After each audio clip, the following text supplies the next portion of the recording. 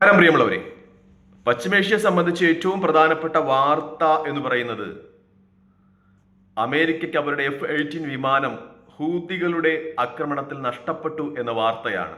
അന്തർദേശീയ മാധ്യമങ്ങൾ റിപ്പോർട്ട് ചെയ്യുന്നതനുസരിച്ച് ചെങ്കടലിൽ നങ്കൂരമിട്ടിരുന്ന ഹൂതികൾക്കു നേരെ ആക്രമണത്തിന് വേണ്ടി നങ്കൂരമിട്ടിരുന്ന ഹാരിസ് ട്രൂമാൻ കപ്പലിനു നേരെ ഹൂതികൾ നിരന്തരമായി മിസൈൽ ആക്രമണവും ഡ്രോൺ ആക്രമണവും നടത്തുന്നതിനിടയിൽ ഹൂതികളുടെ ആക്രമണത്തിൽ നിന്ന് രക്ഷപ്പെടുന്നതിനായി ഹാരി ട്രൂമാൻ പെട്ടെന്ന് ആ ഹൂതികളുടെ ആക്രമണ പരിധിയിൽ നിന്ന് രക്ഷപ്പെടുന്നതിനുള്ള ശ്രമത്തിൽ യു-ടേൺ അടിക്കുന്നതിനിടയിലാണ് ഈ F-18 എന്ന് പറയുന്ന അമേരിക്കയുടെ ഏറ്റവും വിഖ്യാതമായ യുദ്ധവിമാനം, ഹാരിസ് ട്രൂമാനിൽ സ്ഥാപിച്ചിരുന്ന യുദ്ധവിമാനം അബദ്ധത്തിൽ ചെങ്കടലിൽ പതിക്കുന്നതെന്ന് അന്താരാഷ്ട്ര മാധ്യമങ്ങൾ റിപ്പോർട്ട് ചെയ്തിരുന്നു.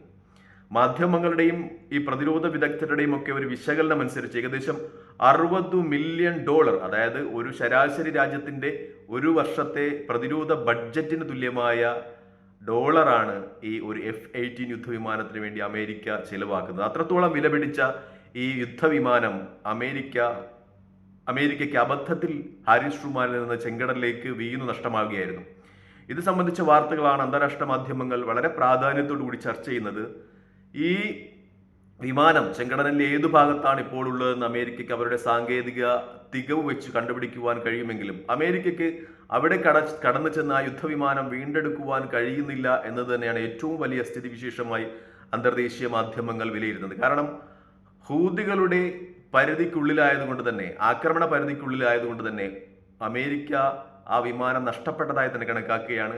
ആ പ്രദേശത്തേക്ക് ഹൂതികളുടെ ആക്രമണത്തെ ഭയന്ന് അമേരിക്ക ചെന്ന് ആ വിമാനം വീണ്ടെടുക്കുവാനുള്ള പ്രവർത്തനങ്ങളിൽ മുഴുകുന്നില്ല എന്നത് തന്നെയാണ് ഏറ്റവും പ്രധാനപ്പെട്ട വാർത്തയായി അന്തർദേശീയ മാധ്യമങ്ങൾ റിപ്പോർട്ട് ചെയ്യുന്നത്. F-18 യുദ്ധവിമാനം ഹൂതികളുടെ ആക്രമണ പരമ്പരയിൽ നിന്ന് രക്ഷപ്പെടുവാൻ ഹാരിസ് ട്രൂമാൻ എന്ന കപ്പൽ ശ്രമിക്കുന്നതിനിടെ ഹാരിസ് ട്രൂമാനിൽ നിന്ന് വഴുതി ചെങ്കടലിലേക്ക് വീണ് അമേരിക്കയ്ക്ക് നഷ്ടമായിരിക്കുന്നു എന്ന വാർത്ത ഹൂതികൾ വലിയ ആഘോഷമായി തന്നെ കൊണ്ടാടുന്നു എന്നതാണ് ഏറ്റവും വലിയ വാസ്തവം. അമേരിക്ക പറയുന്നത് ഇത് അബദ്ധത്തിൽ സംഭവിച്ചു പോയതാണെന്നാണ്. അതുമായി ബന്ധപ്പെട്ട കൂടുതൽ വിശകലനങ്ങൾ വരുവാനിരിക്കുന്നതേ ഉള്ളൂ. എന്തായാലും അമേരിക്കയ്ക്ക് ഈ അവസരത്തിലും, ഈ വിശകലനങ്ങൾ പുറത്തു വരുന്ന അവസരത്തിലും ചെങ്കടലിൽ നിന്ന് ആ വിമാനം വീണ്ടെടുക്കുവാൻ കഴിഞ്ഞില്ല എന്നതാണ് ഏറ്റവും വലിയ വാർത്ത അന്തർദേശീയ മാധ്യമങ്ങളൊക്കെ റിപ്പോർട്ട് ചെയ്യുന്നത്. മറ്റൊന്ന്, ഇസ്രായേലിൽ പടർന്നു പിടിച്ച കാട്ടുതീ, അതിൽ ഹമാസിന്റെ കരങ്ങൾ ഉണ്ടായിരിക്കാം എന്ന രീതിയിൽ ഇറ്റാമിർ ബെൻഗീർ, ഇസ്രായേലിന്റെ പ്രതിരോധ മന്ത്രി, ദേശീയ സുരക്ഷാ മന്ത്രി,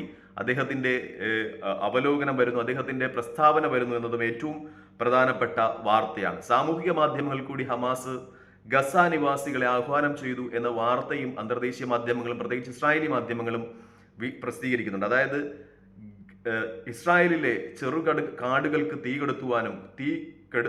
കൊളുത്തുവാനും ഒപ്പം ഈ അധിനിവേശ കുടിയേറ്റക്കാരുടെ ഭവനങ്ങൾക്കൊക്കെ തീ കൊളുത്തുവാൻ ഹമാസ് സാമൂഹ്യ മാധ്യമങ്ങൾ കൂടി ആവശ്യപ്പെട്ടു. അതിൻ്റെ ആഹ്വാനം ഉൾക്കൊണ്ടുകൊണ്ട് ഏതോ ഗാസ നിവാസികൾ ചെയ്തതായിരിക്കാം ഇസ്രായേൽ പടർന്നു പിടിച്ച കാട്ടുതീ എന്ന രീതിയിലൊക്കെ ഇസ്രായേലി പത്രങ്ങൾ നിഗമനം നടത്തുകയാണ്. അതായത് ഹമാസിന്റെ ആഹ്വാന പ്രകാരമാണ് ഇസ്രായേലിൽ കാട്ടുതീ പടർന്നു പിടിച്ചത്, അഥവാ ഹമാസിന്റെ കരങ്ങൾ ഉണ്ട് ആ കാട്ടുതീക്ക് പിന്നിൽ എന്ന ചില നിഗമനങ്ങളിലേക്ക് ഇസ്രായേലി മന്ത്രി ഇറ്റാമിർ ബെൻഗീറും ഒപ്പം തന്നെ ഇസ്രായേലിലെ മാധ്യമങ്ങളും എത്തുന്നു എന്ന ഒരു സ്ഥിതിവിശേഷം കൂടി ഈ അവസരത്തിൽ ഏറ്റവും പ്രാധാന്യത്തോടു കൂടി തന്നെ അന്തർദേശീയ മാധ്യമങ്ങൾ റിപ്പോർട്ട് ചെയ്യുന്നു എന്നതും ഏറ്റവും പ്രധാനപ്പെട്ട വാർത്തയാണ്. മറ്റൊന്ന്, അന്തർദേശീയ മാധ്യമങ്ങൾ റിപ്പോർട്ട് ചെയ്യുന്ന വാർത്ത എന്ന് പറയുന്നത് ഇറാൻ ആണവായുധ കരാറിൽ നിന്ന് പിന്മാറിയതുമായി ബന്ധപ്പെട്ട വാർത്തയാണ്. കാരണം 1, 2, 3 ഘട്ടം ചർച്ചകൾ അത് ഏകദേശം വിജയകരമായി തന്നെ പര്യവസാനിച്ചിരുന്നു. 4ാം ഘട്ട ചർച്ചയോടുകൂടി ഒരുപക്ഷെ ഇസ്രായേലും അമേരിക്കയും തമ്മിൽ ഒരു ആണവായുധ നിരോധന കരാറിൽ ഏർപ്പെടും എന്ന രീതിയിലൊക്കെ മാധ്യമ റിപ്പോർട്ടുകൾ വരുന്നതിനിടയിലാണ് ഇറാൻ ഈ ചർച്ചകളിൽ നിന്ന് പിന്മാറി എന്ന വാർത്ത പുറത്തു വരുന്നത്. അത് പ്രത്യേകിച്ചും പുറത്തു വരുന്നത്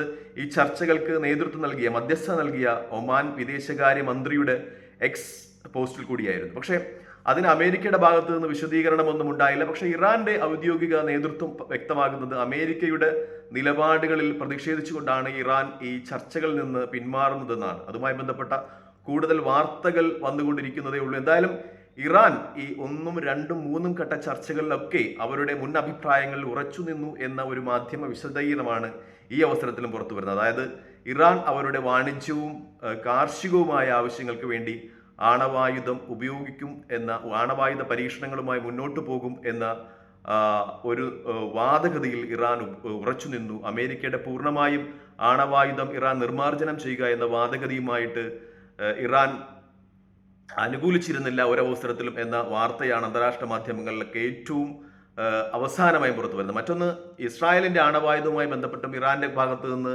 നിർദ്ദേശങ്ങൾ ഉണ്ടായെന്നാണ്. കാരണം പശ്ചിമേഷ്യയിൽ ഇസ്രായേൽ എന്ന് പറയുന്ന രാജ്യം അവർ ആണവായുധ രാജ്യം ആയിരിക്കുന്നിടത്തോളം കാലം ആ പ്രദേശത്ത് സമാധാനം ഉണ്ടാകില്ല. അതുകൊണ്ട് ഇസ്രായേലും ആണവായുധം പൂർണ്ണമായും നിർമ്മാർജ്ജനം ചെയ്യുന്ന പക്ഷം ഇറാനും ഈ നിർമ്മാർജ്ജന പ്രവർത്തനങ്ങളുമായി മുന്നോട്ട് പോകാം എന്ന ഒരു നിർദ്ദേശം ഇറാന്റെ ഭാഗത്തു നിന്നുണ്ടായതായും അന്തർദേശീയ മാധ്യമങ്ങൾ റിപ്പോർട്ട് ചെയ്യുന്നുണ്ട്. ഒപ്പം ഈ ഉപരോധം ആദ്യം പിൻവലിക്കൂ. കാരണം പതിറ്റാണ്ടുകളായി ഇറാൻ കടുത്ത ഉപരോധത്തിലാണ്. അമേരിക്കയുടെയും ഒപ്പം യൂറോപ്യൻ യൂണിയൻ രാജ്യങ്ങളുടെയും ഈ ഉപരോധം ആദ്യം പിൻവലിക്കൂ, അതിനുശേഷം ചർച്ചകളുമായി മുന്നോട്ട് പോകാം എന്ന നിർദ്ദേശം ഇറാൻ മുന്നോട്ട് വെച്ചതായും ഒക്കെ അന്തർദേശീയ മാധ്യമങ്ങൾ ചർച്ച ചെയ്യുന്നു. ഇറാൻ അവരുടെ നിലപാടുകളിൽ ഉറച്ചു നിന്നു എന്നതുകൊണ്ടാണ് ഈ ചർച്ചകൾ നാലാം ഘട്ട ചർച്ച തുടരാനാവാത്ത സ്ഥിതിവിശേഷം ഉണ്ടായത് എന്ന മാധ്യമ വിശകലനമാണ് ഇപ്പോൾ പുറത്തു വരുന്നത്. എന്തായാലും എക്സ്പോസ്റ്റിൽ നിന്ന്, ഒമാൻ മന്ത്രിയുടെ എക്സ്പോസ്റ്റിൽ നിന്ന് വ്യക്തമാകുന്ന ഒരു കാര്യം ചർച്ചകൾ മാറ്റിവെച്ചു എന്നതാണ്. അത് ഉപേക്ഷിച്ചോ എന്ന കാര്യം വ്യക്തമാകുന്നില്ല. ചർച്ചകൾ മാറ്റിവെച്ചു എന്നതാണ് അവസാനമായി മാധ്യമ തലങ്ങളിൽ നടന്ന ചർച്ചയിൽ ഏറ്റവും പ്രധാനപ്പെട്ടത്. മറ്റൊന്ന് കൂടി വരുന്നുണ്ട്. നിരന്തരം സിറിയയിൽ ഇസ്രായേൽ വ്യോമാക്രമണം നടത്തുന്നു എന്നതുമായി ബന്ധപ്പെട്ടാണ്. പ്രത്യേകിച്ചും സിറിയൻ പ്രസിഡന്റിന്റെ വസതിക്ക് ചുറ്റും പോലും ഇസ്രായേൽ അവരുടെ വ്യോമാക്രമണം വ്യാപിപ്പിക്കുന്നു എന്ന രീതിയിൽ തന്നെയാണ് വാർത്തകൾ പുറത്തു വരുന്നത്. പ്രത്യേകിച്ചും ക്രൂസ് കമ്മ്യൂണിറ്റിക്ക് നേരെ സിറിയയിൽ നടക്കുന്ന അതിക്രമങ്ങളിൽ പ്രതിഷേധിച്ചുകൊണ്ടാണ്, അവർക്ക് സംരക്ഷണം ഒരുക്കുക എന്ന ഉദ്ദേശത്തോടു കൂടിയാണ് ഇസ്രായേൽ ആക്രമണം നടത്തുന്നത് എന്ന ഒരു വിശദീകരണം ഇസ്രായേലിന്റെ ഭാഗത്തു നിന്നുണ്ടാകുന്നു എന്നാണ് ഈ അവസരത്തിൽ ഏറ്റവും പ്രധാനപ്പെട്ട വാർത്തകളിൽ മറ്റൊന്ന്. എന്തായാലും മധ്യേഷ്യയിൽ, പശ്ചിമേഷ്യയിൽ സംഘർഷം പുകയുന്നു എന്നത് തന്നെയാണ് വാർത്തകൾ വിശകലനം ചെയ്യുമ്പോൾ വരുന്ന ഏറ്റവും പ്രധാനപ്പെട്ട സംഗതികൾ. പ്രത്യേകിച്ചും അമേരിക്കയും ഇറാനും ആ പ്രദേശത്ത് കൂടുതൽ സുസജ്ജമായി തന്നെ ആയുധ ശേഖരങ്ങൾ ഒരുക്കുന്നു എന്ന രീതിയിൽ തന്നെയാണ് റിപ്പോർട്ടുകൾ വരുന്നത്. ഒപ്പം ഇസ്രായേലും ഈ കാട്ടുതീയൊക്കെ നിയന്ത്രണ വിധേയമാക്കിയതിനോടൊപ്പം തന്നെ സിറിയയ്ക്ക് മേൽ കടുത്ത ആക്രമണം തുടരുന്നു. ഒപ്പം അമേരിക്കയെ ഇറാനെ ആക്രമിക്കുവാൻ ഇങ്ങനെ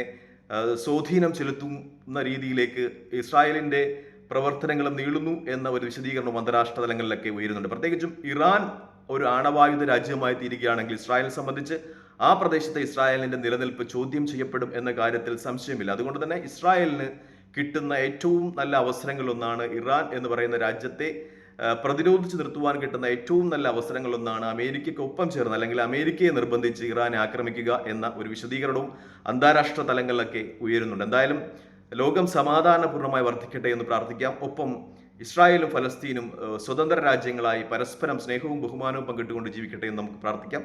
തൽക്കാലം ഈ വീഡിയോയുമായി വിടവാങ്ങുകയാണ്. മറ്റൊരു വീഡിയോയുമായി കാണുന്നതുവരെ നന്ദി, നമസ്കാരം, ജയ് ഹിന്ദ്.